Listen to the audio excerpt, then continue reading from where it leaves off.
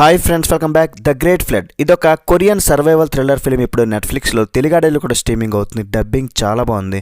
ఈరోజు మన ఛానల్లో 4th రివ్యూ. నా ఒంటికి కంటికి రెండింటికి రెస్ట్ లేదు. నా కష్టాన్ని గుర్తిస్తే 2 years అయింది. ఒక్కనే కొట్టుకుంటూ వస్తున్నా. ఛానల్కి డబ్బులు రాకపోయినా సరే మానేయలేక చేస్తూనే ఉన్నా. మీకు నచ్చితే అది కూడా సబ్స్క్రైబ్ అయితే ఇవ్వండి, మీకు హెల్ప్ అవుతుంది అనుకుంటే మాత్రమే. మరి ఈ గ్రేట్ ఫ్లడ్ గ్రేటా కాదా పూర్తిగా మాట్లాడుకుందాం. అంతకన్నా ముందు స్పాయిలర్స్ లేకుండా బేసిక్గా ప్లాట్ ఏంటంటే, లోకమంతా మునిగిపోయే రేంజ్లో వరదలు వస్తాయి. మన హీరోయిన్ కిమ్ దామి ఒక సైంటిస్ట్ తన కొడుకును కాపాడుకోవడానికి ఒక సగం మునిగిన అపార్ట్మెంట్లో పోరాడుతూ ఉంటుంది.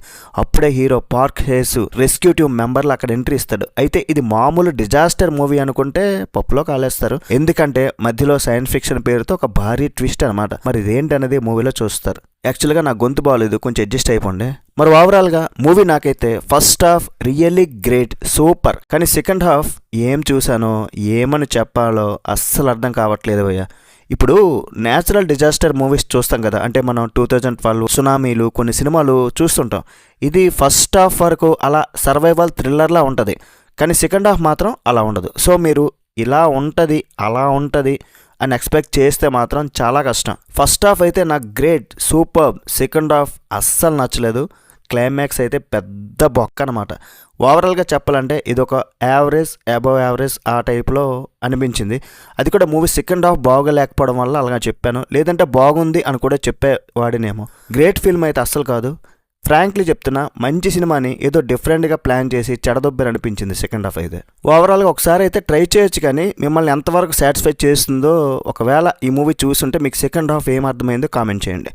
డిఫరెంట్గా ట్రై చేశారు కానీ వర్కౌట్ అయితే అవ్వలేదు. VFX work and visuals, apartment లోపలికి నీళ్లు దూసుకురావడం, ఆ సెట్టింగ్స్ మాత్రం హాలీవుడ్ లెవెల్లో ఉన్నాయి. మూవీ స్టార్టింగ్ నుండి 40 minutes వరకు చాలా ఇంట్రెస్టింగ్ ఉంటుంది. అసలు ఏం జరుగుతుందో ఊపిరి బిగబెట్టుకుని చూస్తాం. సగం వరకు వరద సర్వైవల్లా సాగుద్ది, కానీ సడన్గా సైన్స్ ఫిక్షన్, టైమ్ లూప్ లాంటి కాన్సెప్ట్లు తెచ్చిపెడతారు. అది చూశాక మనకు అసలు వాన పడుతుందా లేక మైండ్లోనే వాన పడుతుందా. ఇక క్లైమాక్స్కి వచ్చేసరికి డైరెక్టర్ ఏదో పెద్దగా ప్లాన్ చేశాడు, కానీ అది అర్థం కావాలంటే మనం కూడా ఒక సైంటిస్ట్ అయి ఉండాలి. నాకైతే అర్థమైంది, కానీ అందరికైతే అర్థం కాదు. కొంచెం తలకాయ నొప్పి వచ్చే ఛాన్స్ అయితే ఉంది. కిమ్ దామి ఇందులో హీరోయిన్. ఈమెకి నీళ్ళంటే భయం లేనట్టుంది. సినిమా మొత్తం తడిచిపోయి కొడుకుని కాపాడుకుంటూ ఒక రేంజ్లో యాక్ట్ చేసింది. నిజంగా ద విచ్ తర్వాత ఆ రేంజ్ పర్ఫార్మెన్స్ ఇచ్చిందనమాట. పార్క్ హేసు ఇందులో హీరో. స్క్విడ్ గేమ్లో అందరినీ మోసం చేశాడు, ఇక్కడ అందరినీ కాపాడడానికి వస్తాడు. కానీ ఇతని క్యారెక్టర్ వెనక ఏదో పెద్ద స్కెచ్ ఉందని మనకు ముందే డౌట్ కొడుతూ ఉంటుంది. ఫైనల్గా ఈ మూవీ గురించి చెప్పాలంటే మాత్రం, ఒకవేళ మీరు 2012 సినిమా లాంటి పక్కా న్యాచురల్ డిజాస్టర్ మూవీ అనుకుని చూస్తే షాక్ అయిపోతారు. ఇది కొంచెం ఇన్సెప్షన్ మిక్స్ చేసిన టైటానిక్లా ఉంటుంది అనమాట. ఏదో టైంపాస్ కోసం ఏదో వాన పడుతున్నప్పుడు వేడివేడి బజ్జీలు వేసుకుని తింటూ చూడడానికి ఒక టైంపాస్ మూవీ అలాంటిది అనమాట ఇది.